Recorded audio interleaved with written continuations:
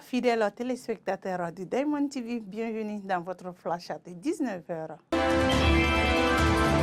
Éducation, 5,2 milliards de francs CFA investis dans les cantines scolaires en 2025 sous l'égide du ministre de l'Éducation nationale, Dr Amadou Sissavane.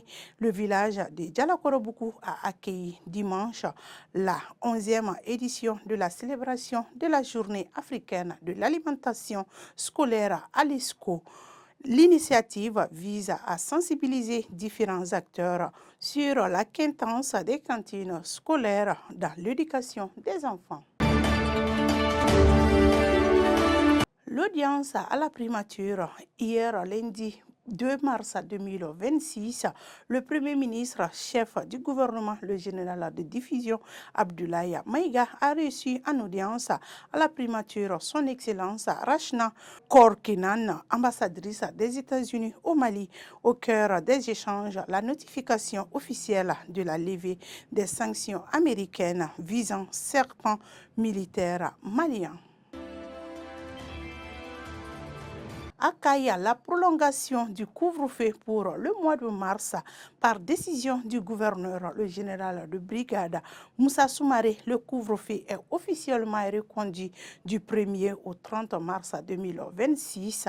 La circulation est interdite pour tous les civils et tous les types de véhicules entre 0h et 5h du matin sur l'ensemble de la région, exception et sécurité sur les véhicules des forces de défense et de sécurité ainsi que les ambulances sous ordre de mission sont autorisées à circuler durant ces horaires. Le gouverneur appelle à la vigilance et salue la résilience des populations face aux défis sécuritaires actuels. En 15 mois de gestion, le général de division Abdoulaye Maïga a transformé la primature en véritable moteur de la refondation. Porté par la lettre de cadrage du chef de l'État, son plan d'action gouvernemental couvre tous les secteurs vitaux, industrie, mines, éducation, santé, culture, artisanat, civisme, transport, énergie, diplomatie et sécurité. Et alors que le mois de Ramadan bat son plein, le Premier ministre accompagne sur le terrain les actions de solidarité, rappelant que la gouvernance n'est pas seulement affaire de résultats, mais aussi de proximité humaine et de partage.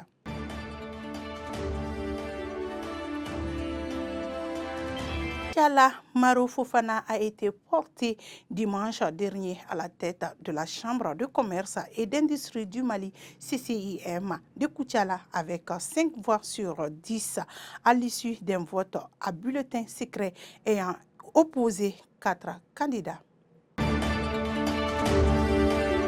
Ainsi prend fin ce flash. Très bonne suite de programmes sur la chaîne qui vous brille.